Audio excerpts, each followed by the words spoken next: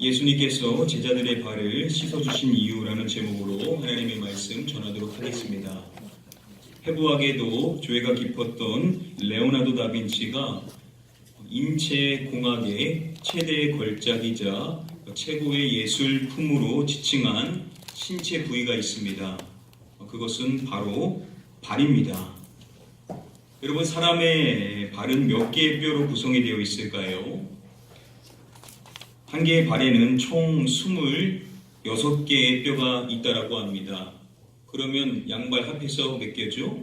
52개에 해당이 됩니다. 사람의 총 뼈의 개수가 206개인데요. 그러면 발은 거기에 25%에 해당이 되는 것입니다.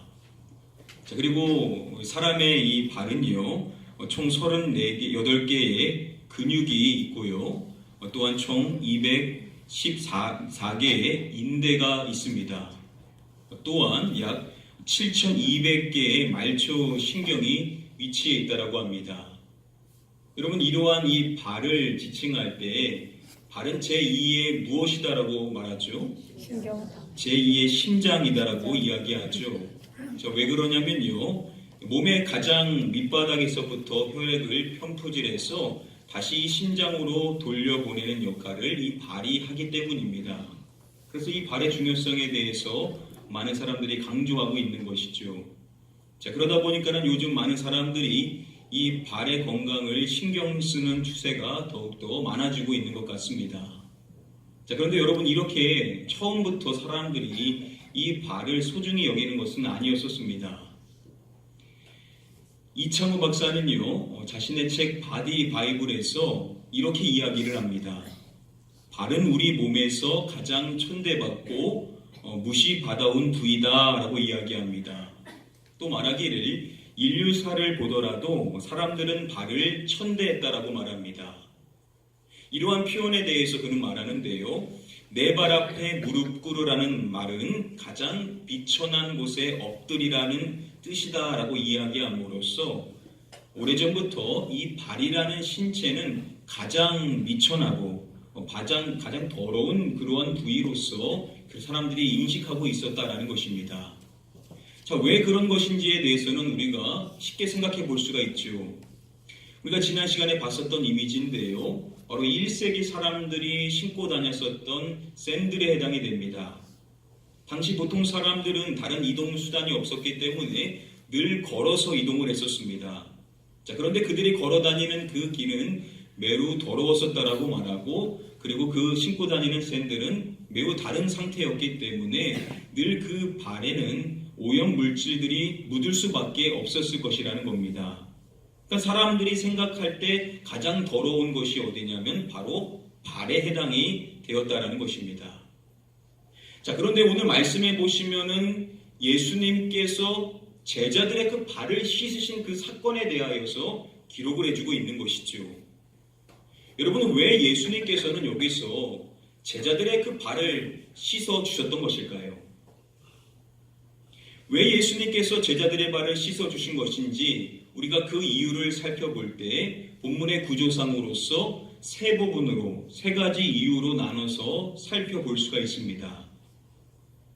그 첫 번째 이유는 우리가 지난 시간에 살펴본 1절 말씀을 중심으로 알 수가 있고요. 그리고 세 번째 이유는 오늘 본문 말씀 이후에 나오는 12절 이후에 나오는 말씀을 통해서 세 번째 이유를 알 수가 있습니다. 그러니까 우리가 가장 잘 아는 이유는 아마도 이 세 번째 이유일 것입니다. 자, 그리고 두 번째 이유는 말씀 가운데 6절 이후에 나오는 말씀을 통해서 그 두 번째 이유를 살펴볼 수가 있습니다. 자, 오늘은 이 두 번째 이유에 대해서 함께 말씀을 살펴봄으로써 왜 예수님께서 제자들의 발을 여기서 씻어주신 것인가, 그 이유를 함께 한번 고찰해 보도록 하겠습니다. 우리 다음에 본문의 말씀 한 목소리로 읽어보겠습니다. 이에 내 아이를 불을 떠서 제자들의 발을 씻으시고 그 들으신 수건으로 닦기를 시작하여. 당시 발을 씻는 것은요, 유대인들의 관습으로 이해해 볼 수가 있습니다. 누가복음 7장에 보시면은 예수님께서 시몬이라는 바리새인의 집에 초대를 받으셔서 그곳에 가십니다. 그때 예수님께서 주셨던 말씀 가운데 자신이 그 집에 들어올 때 자신에게 발 씻을 물을 주지 않은 것에 대하여서 말씀을 하십니다. 유대인들의 관습에 따르면은요, 당시 사람들은 외출했다가 집에 돌아왔었을 때, 그리고 식사를 하기 전에 발을 씻는 관습을 행했었다라고 이야기를 해줍니다. 자, 그렇다면 예수님께서는 지금 제자들의 발을 언제 씻어주신 것일까요? 오늘 본문의 말씀 가운데 이러한 정보가 나오는데요, 저녁 먹는 중이라고 이야기를 해줍니다. 이미 식사가 진행되고 있었던 상황이라는 것이죠. 자, 관습은 식사 이전에 씻는 것이 관습인데 예수님께서는 이미 식사가 진행되었었던 그 시점에 씻어주셨다는 것은 예수님께서는 통상적인 관습을 따르시지 않으셨다는 의미일 것입니다.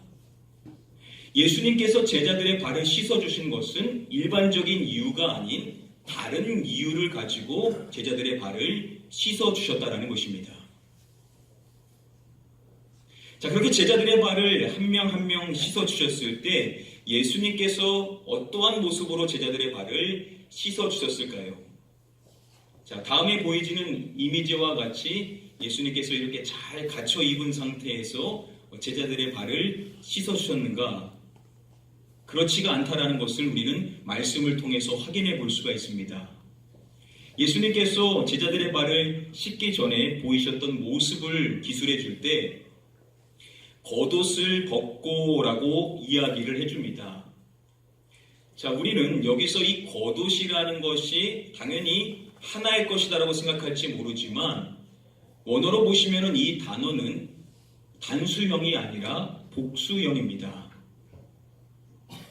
윌리엄 핸델슨은 말하기를 예수님께서 입고 계셨었던 모든 그 겉옷들을 벗으셨을 것이다 라고 설명을 해줍니다.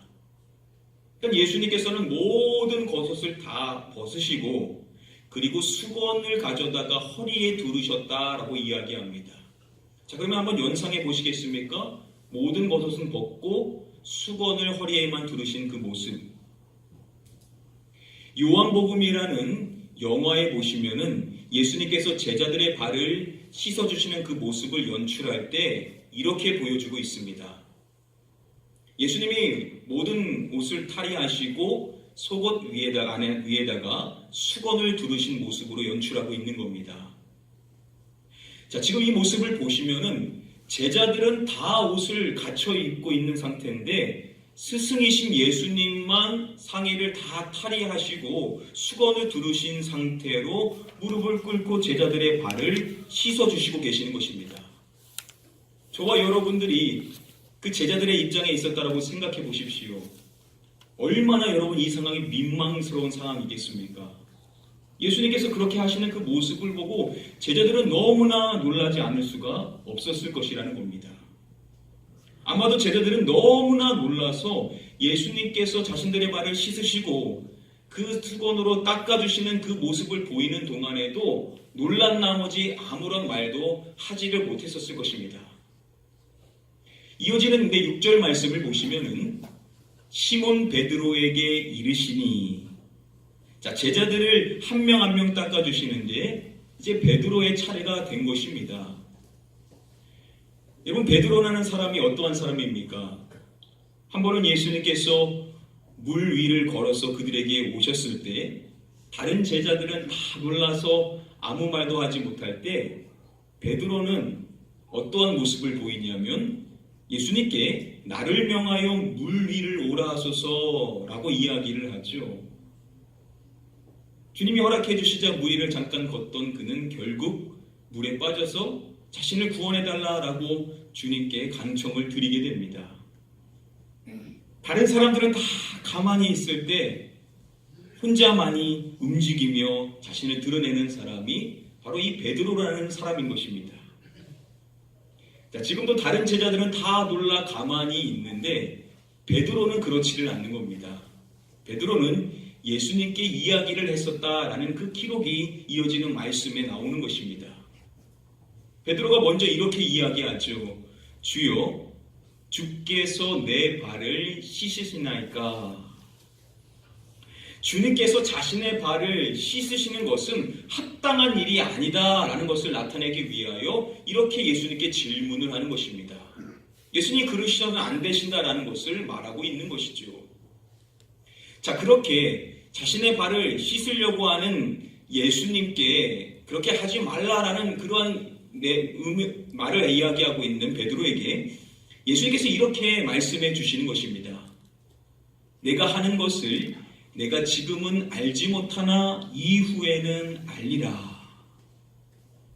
예수님께서 제자들의 발을 씻어주시는 것, 그것을 지금은 베드로를 포함한 모두가 알지 못하지만 이후에는 알게 된다라고 예수님께서는 말씀해 주시는 것입니다. 자, 이 말인즉 예수님께서 지금 제자들의 발을 하나하나 씻어주신 데는 분명한 이유가 있다는 겁니까? 없다는 것이겠습니까? 있다는 분명한 이유가 있다는 겁니다. 지금은 알 수 없지만 나중에는 알게 될 중요한 이유가 있기 때문에 예수님께서 지금 그들의 발을 씻어주시고 계신다라는 것입니다. 자, 다른 제자들 같으면요, 이 정도 말 들었으면 수긍하고 예수님께서 발을 씻어줄 수 있도록 그 발을 내밀었을 텐데 베드로는 그렇지 않죠. 베드로는 또다시 예수님께 이야기를 합니다.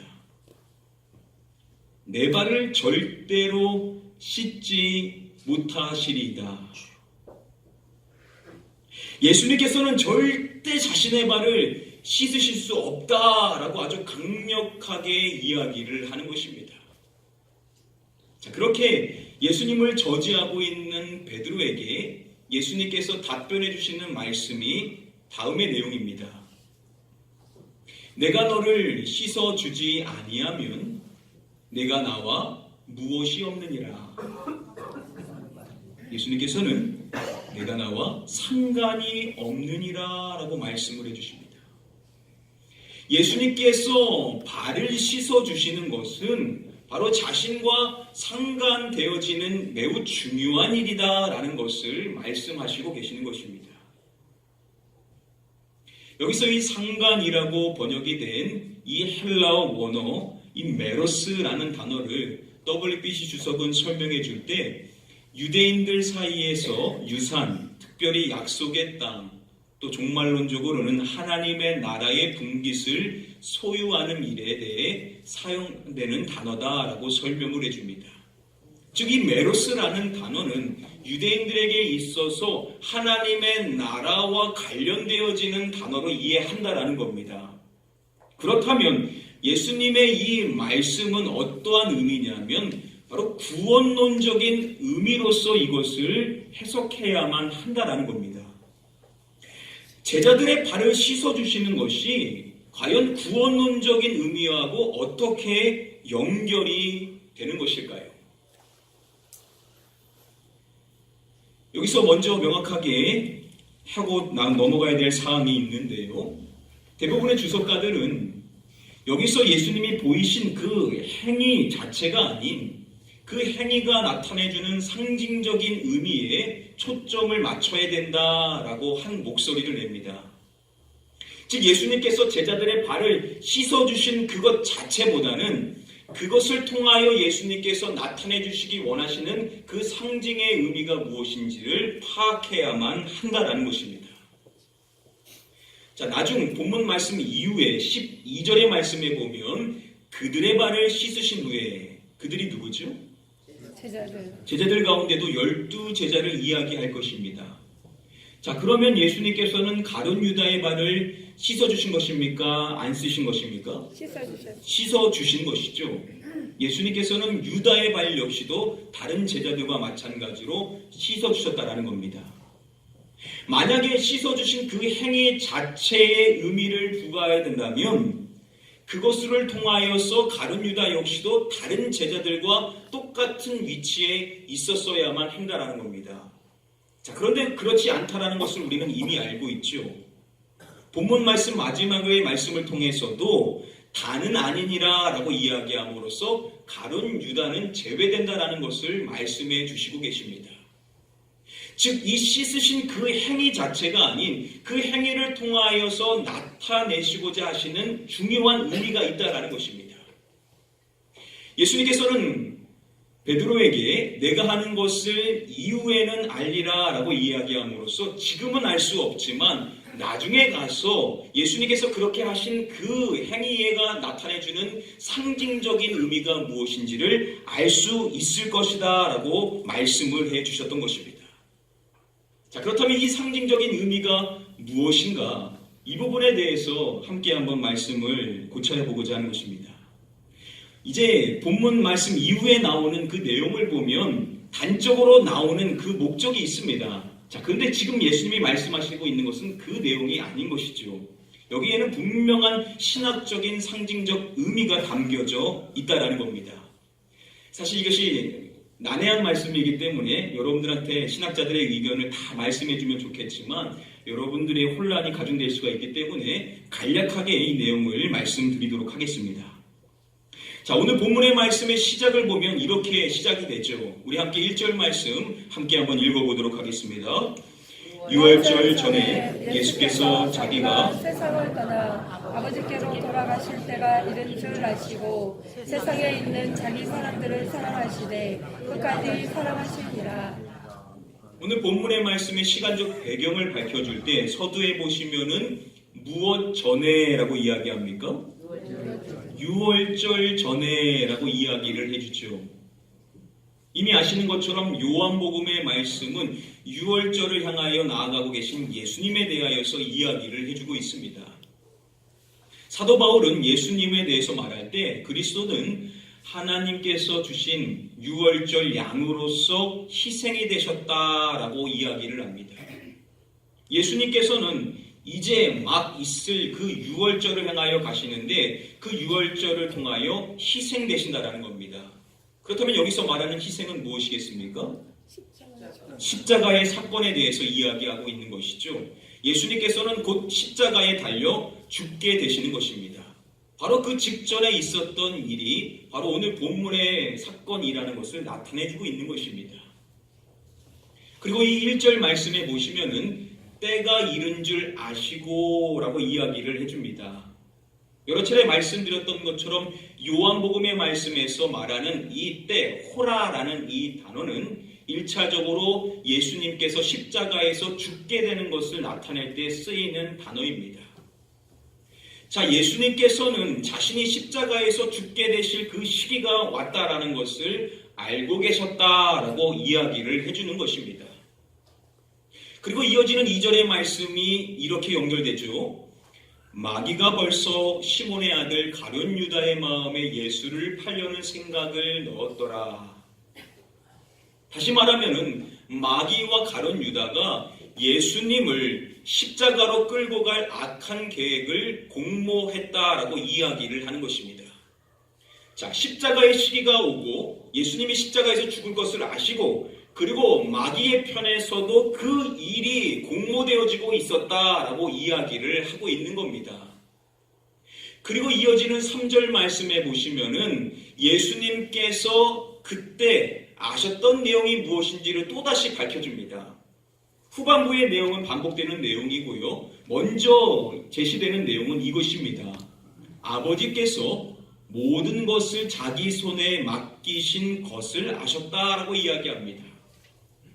요한복음의 말씀에서 예수님께서 아버지로부터 모든 것을 위임받으셨다라는 말씀이 나오는 것은 언제 나오냐면 예수님께서 아버지께로부터 받으셨던 그 구원의 사명을 이야기할 때 쓰이는 표현입니다. 자, 예수님께서 이 구원의 사명을 완수하시기 위하여서 달리신 것이 무엇입니까? 바로 십자가의 사건이죠.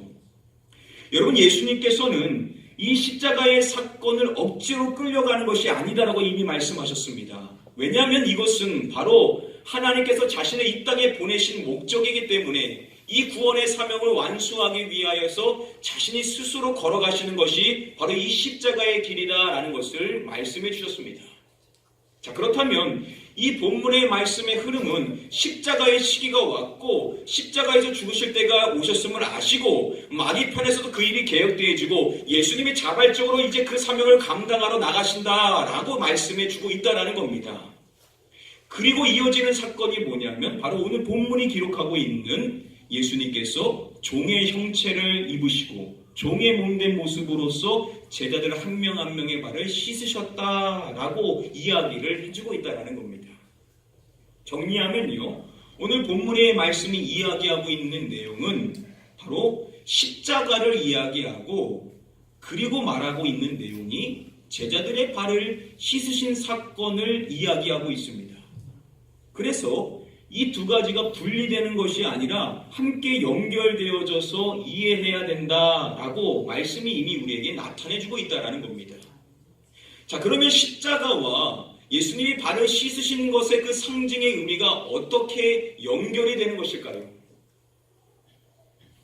예수님께서 베드로에게 내가 너를 씻지 않으면 네가 나와 상관이 없다라는 말씀을 듣고 베드로는 놀라지 않을 수가 없었을 것입니다. 그래서 베드로가 예수님께 말했었던 내용이 이것이죠. 시몬 베드로가 이르되 주여 내 발뿐만 아니라 손과 머리도 씻어주옵소서. 베드로는요, 예수님께 발뿐만 아니라 손, 머리도 같이 씻어달라고 이야기를 합니다. 자, 여기서 말하는 발, 손, 머리는 몸 전체를 지칭할 때 쓰이는 표현입니다. 그러니까 몸 전체를 깨끗하게 해달라라고 그는 예수님께 요청을 했었던 겁니다. 자, 그렇게 예수님께 요청하자 예수님께서 베드로에게 이야기함으로써 모든 제자들에게 가르쳐 주시는 내용이 바로 다음의 내용입니다. 온 몸이 깨끗하니라 너희도 깨끗하나. 예수님께서는 가룟 유다를 제외한 다른 제자들 모두가 깨끗하다라고 말씀을 해주시는 것입니다. 이 말은 당연히 영적인 의미겠죠. 예수님께서는 제자들 모두가 영적으로 깨끗한 존재라는 것을 말씀해 주시고 계시는 것입니다. 이것을 기록하고 있는 사도 요한이 자신의 서신서인 요한 1서의 말씀에서 이야기할 때 예수 그리스도의 무엇이 저와 여러분들을 죄로부터 깨끗하게 하신다라고 이야기합니까? 예수의 피가 모든 죄에서 우리를 깨끗게 한다라고 이야기해 줍니다. 예수의 피라는 것은 바로 예수 그리스도의 십자가 대속의 사건을 의미하는 것으로서 결국 십자가가 우리를 깨끗게 한다라는 것을 이야기해 주고 있는 말씀인 것입니다. 예수님께서는 십자가에 대하여서 이야기하는 그 말씀, 그리고 예수님이 그 십자가의 때가 됐다는 것을 아시고 마귀편에서도 그 일이 계획되어지고 예수님께서는 아버지의 사명으로 그 사명을 감당해 나가시고 그리고 예수님이 보여주신 행동이 무엇이냐면 바로 제자들의 발을 하나하나 씻어주신 사건이다라고 이야기를 하고 있다는 겁니다. 자, 그래서 이러한 것을 다 종합하여서 D.A. 칼슨은 예수님이 제자의 발을 씻어주신 것이 뭘 상징하는 것인지를 이렇게 설명해 줍니다. 발을 씻어주신 것은 그리스도의 임박한 십자가 사역의 결과로서 깨끗하게 하는 것을 상징한다라고 이야기를 해줍니다. 예수님께서 제자들의 발을 씻어주신 것은 다른 의미가 있기보다는 먼저 중요한 그 의미의 상징은 뭐냐면 바로 십자가의 사역을 나타내는 것이다라고 이야기를 해준다는 겁니다. 예수님께서 제자들의 한 명 한 명의 그 발을 닦아주심으로 인하여서 그 십자가의 그 사건이 바로 그들 한 사람 한 사람을 위해서 일어나게 되는, 즉 그래서 그들의 죄를 깨끗게 해주시는 사건이라는 것을 나타내 주시기 위하여서 바로 그들의 발을 하나하나 닦아주셨다라고 설명을 하는 것입니다. 자, 그런데 제자들은 그 예수님의 닦아주심의 의미가 뭘 상징하는지를 지금 압니까 모릅니까? 모릅니다. 전혀 모르는 겁니다. 그럼 모르시는데 왜 그 일을 행해 주시냐? 예수님께서 지금은 그들이 모르지만 언제는 알리라라고 말씀해 주십니까? 이후에는 이후에는 알리라라고 말씀해 주십니다. 그러니까 예수님께서 지금 그들이 알지도 못하는 이 일을 해주시는 이유는 나중에 가서 그들이 깨닫게 해주시고자 하시는 목적을 가지고 이 일을 행하신 것이라는 겁니다. 여기서 이 이후라는 것은 예수님께서 십자가에서 그렇게 죽으시고 부활하신 이후에를 이야기하는 표현입니다. 자, 예수님께서 십자가에서 죽으시고 부활하시고 또 성령님께서 그들에게 임하심으로 말미암아 모든 사건들이 퍼즐이 딱 맞춰지게 되는 것이죠. 그래서 그때 있었던 그 일이 무엇을 의미하는 것인지를 다 깨닫게 되는 겁니다. 자, 그랬었을 때 그들이 그 사건을 통하여서 어떠한 은혜를 누리게 되냐면 절대 잊지 않을 만큼 기억에 깊이 새겨졌었던 그 사건인 자신들의 발을 씻어주신 그 사건이 바로 자신들을 위하여서 십자가에서 죽으신, 그래서 자신들의 죄를 씻어주신 사건이라는 것을 그들이 잊지 않게 하는 그러한 은혜를 그들에게 주시는 사건이었다라는 것입니다. 아멘. 여러분, 우리가 신앙생활을 잘 하시는 분들의 공통적인 특징이 뭐냐면 첫사랑을 잊지 않는 것인데, 그 첫사랑을 잊지 않으시는 분들의 특징이 뭐냐면 십자가의 은혜를 늘 기억하며 감사하신다라는 특징이 있습니다. 아멘. 바로 제자들이 그러한 신앙생활을 하실 수 있도록 앞으로 있을 그 십자가 사건 이전에 그것을 상징적으로 나타내실 때 그들이 절대 잊지 않도록, 그 충격적인 그 사건을 통하여서 그 은혜의 감격이 그들을 떠나지 않도록 해주시고자 하셨던 사건이 바로 이 제자들의 발을 씻어주신 사건이라는 것이죠. 그들은 그 십자가의 은혜를 절대 잊을 수가 없었을 것이라는 겁니다. 이제 말씀을 맺도록 하겠습니다. 우리 다시 한번 오늘 본문의 말씀의 시작인 1절 말씀 함께 한 목소리로 읽어보도록 하겠습니다. 유월절 전에 예수께서 저희가 세상을 떠나 아버지께로 돌아가실 때가 이른 줄 아시고 세상에 있는 자기 사람들을 사랑하시되 끝까지 사랑하시니라. 예수님께서는 자기의 사람들을 사랑하신다라고 말하죠. 그리고 이 말씀을 통하여 예수님이 보여주신 그 사랑, 그리고 그 모든 것은 저희 모두를 위한 것임을 나타내주고 있습니다. 자, 그런데 그 사랑을 이야기할 때 자기 사람들을 사랑하시되 어떻게 사랑하시니라 라고 말씀해 줍니까? 끝까지 사랑하시니라 라고 말씀해 주고 있습니다. 주석과 크레이그 키너는요, 이 끝까지라는 단어를 이렇게도 바꿔서 말할 수 있다라고 말합니다. 죽기까지 사랑하시니라 라고 바꿔서도 말할 수 있다라고 이야기합니다. 예수님께서는 저와 여러분들 한 사람 한 사람을 죽기까지 사랑하셔서 그 십자가에서 죽으심으로 그 사랑을 우리에게 나타내 주셨다라는 것입니다. 여러분, 이 십자가의 은혜가 저와 여러분들의 인생의 삶에 늘 잊혀지지 않는, 그래서 늘 감격되어지고 늘 감사할 수 있는 사건이 되어야만 될 줄 믿습니다.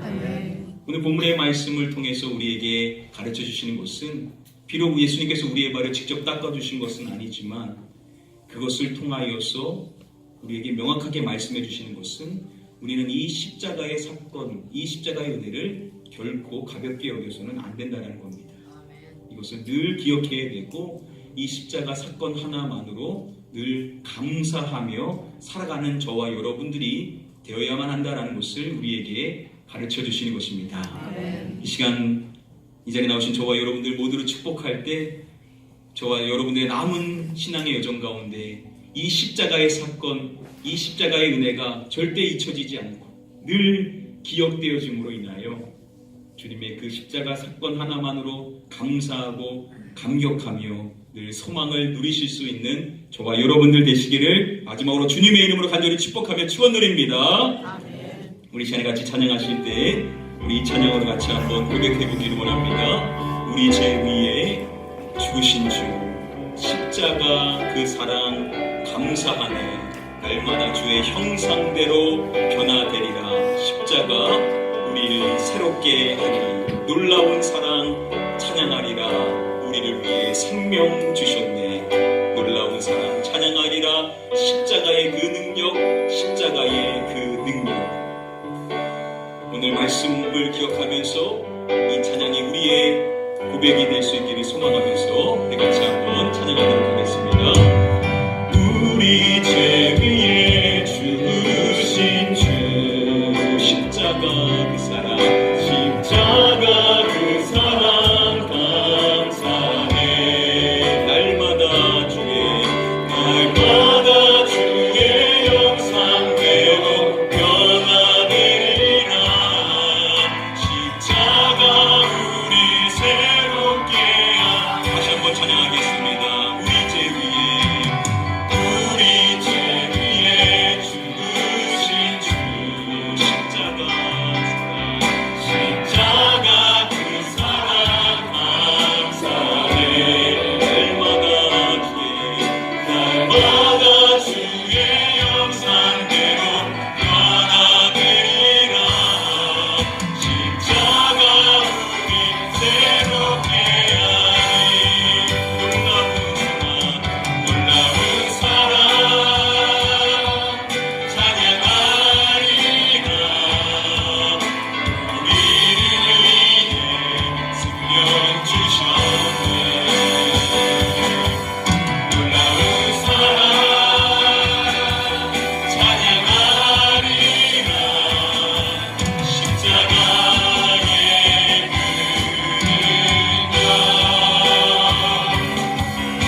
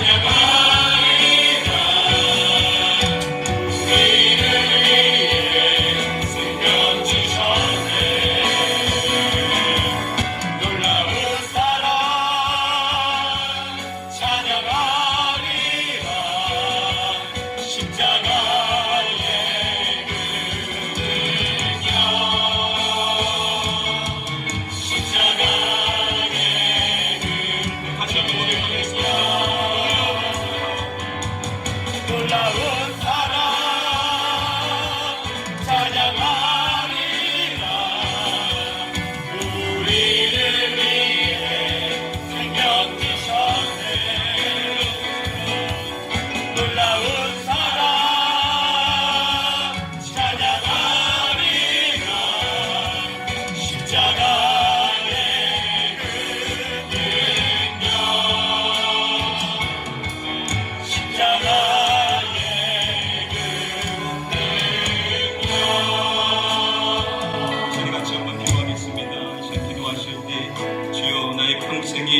이 십자가의 은혜, 이 십자가의 사랑, 이 십자가의 놀라운 축복이 날마다 나에게 있음을 기억하며 늘 그 은혜에 감사하며 감격하며 살아갈 수 있는 삶이 될 수 있게 해달라고 우리 간절히 사모하는 마음으로 통성으로 합심하여 기도하도록 하겠습니다. 기도합니다. 아버지 하나님, 이 십자가의 사랑에 우리 모두가 감격하며 우리 인생의 평생 주님의 이 십자가를 기억하며 살아갈 수 있는 삶이 될 수 있는 은혜를 원합니다. 이 십자가를 위하여서 이 십자가가 우리의 제자의 삶 가운데 잊혀지지 아니하도록 제자들의 발을 씻어주신 주님이 똑같은 모습으로 우리의 발을 씻어주시고 또한 우리의 죄를 씻어주시고자 십자가에 달려 죽으시고 부활하신 사 우리에게 이 사건을 잊지 말라 말씀하시는 줄 믿사오나니 우리의 남은 생애 가운데 이 십자가의 은혜가 늘 나를 응하고 있음을 기억하게 하여 주시옵시고 이 십자가만으로 감사하며 감격할 수 있는 삶이 되시기를 간절히 소원하며 기도합니다. 우리 가나안 교회는 이 십자가의 사랑만으로 늘 주님 앞에 감사의 고백을 올려드리며 경배를 할 수 있는 그 모든 성도님들의 삶이 될 수 있도록 인도하여 주시옵소서. 이 십자가의 능력이, 이 십자가의 사랑이, 이 십자가의 놀라운 은혜가 평생 우리와 함께 한다는 것을 늘 기억해 인도하여 주시옵소서.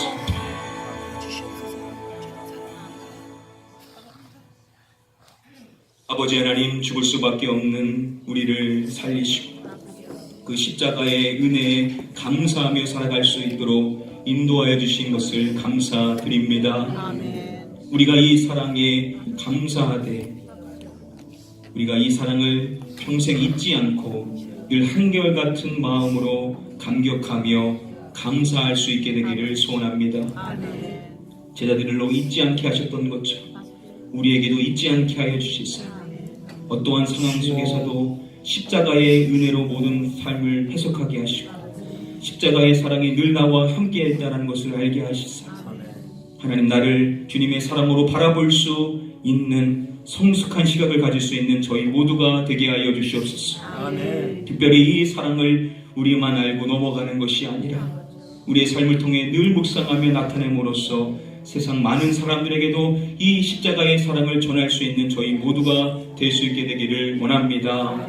주여, 가정에서부터 우리의 삶의 일터에서부터 그 십자가의 사랑을 나타내며 늘 그 사랑에 감사하는 자가 됨으로 말미암아 우리 주변에 있는 많은 영혼들이 그 사랑을, 그 십자가의 은혜를 궁금해하며 주님 앞에 나올 수 있도록 주여 우리를 사용하여 주시옵소서. 믿고 감사드리오며 이 모든 말씀 우리의 구원자 되시는 예수 그리스도의 이름으로 기도드립니다. 아멘.